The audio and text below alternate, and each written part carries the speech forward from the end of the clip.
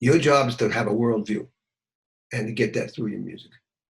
And that starts on day one, and fledgling steps until 10 years, 15 years, and then you probably got something more to say if you're aware of it, if you care about it. There are many guys who are really great craftsmen. They play the instrument, they play the shit out of the instrument. They're great. Do they say a story? It's what you're referring to. They don't necessarily tell a story. In 2020 and 2021, I did close to 70 interviews with great jazz players and educators like Dave Liebman. It was for my online Jazz Master Summit event. And since then, I've organized all of those interviews into a platform called Jazz Master Savvy.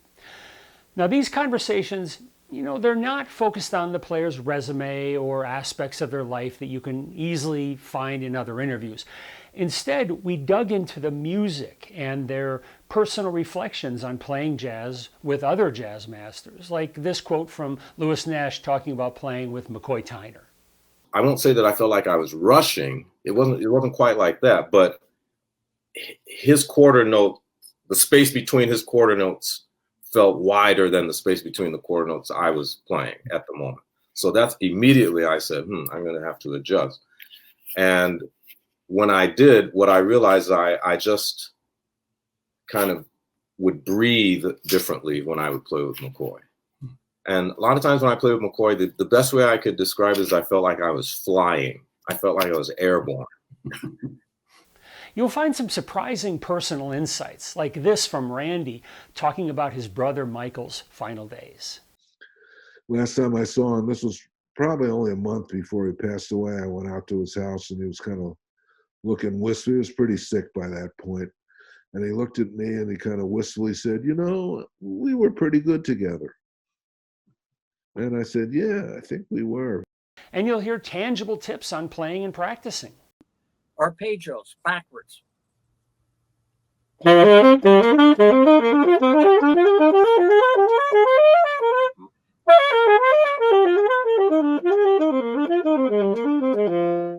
Those are triads, up one, down the other one. I'm going diatonically, up and down the scales.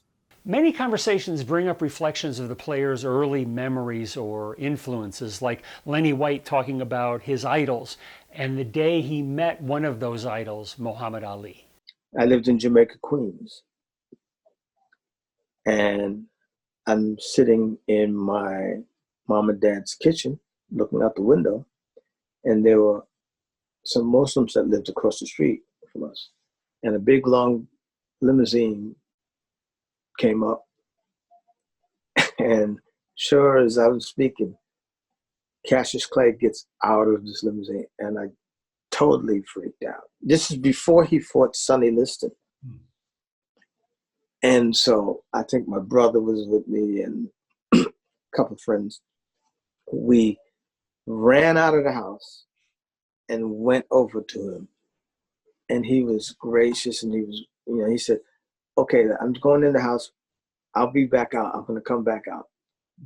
And he went in, and then he came back out, and he stood there and started talking to us.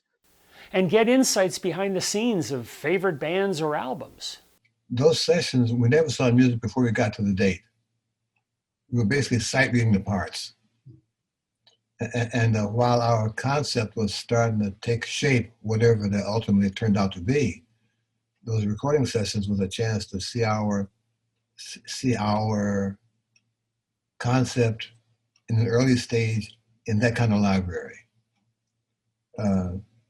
My general analysis of those events was that we had played the standard library enough times to figure out what our choices were, and probably we used them all up. And we're looking for another set of options to play in Starlight by Starlight, or Someday My Prince Will Come, or So What. We found, and this new songs that we would do at the sessions, this was a level above the standard tunes we were doing, because we knew what they could do already. We had already done that for 2 years. Now we've got a whole new library based on our concept that we developed playing those standard tunes in the studio. Well, now, I do have to disagree with you. I don't think you guys would ever have run out of ideas for playing those standards. Look, I could go on and on with these, but you can watch every interview forever just by being a member of the Jazz Circle or by gaining access to the Jazzmaster Savvy platform, all at musicsavvy.com. Sign up for a free account and explore samples of interviews, courses, and everything else Music Savvy can offer you. Keep up the great work. You're a great interviewer, and I'll be look forward to seeing this and hearing it, and many other successful ones, I'm sure.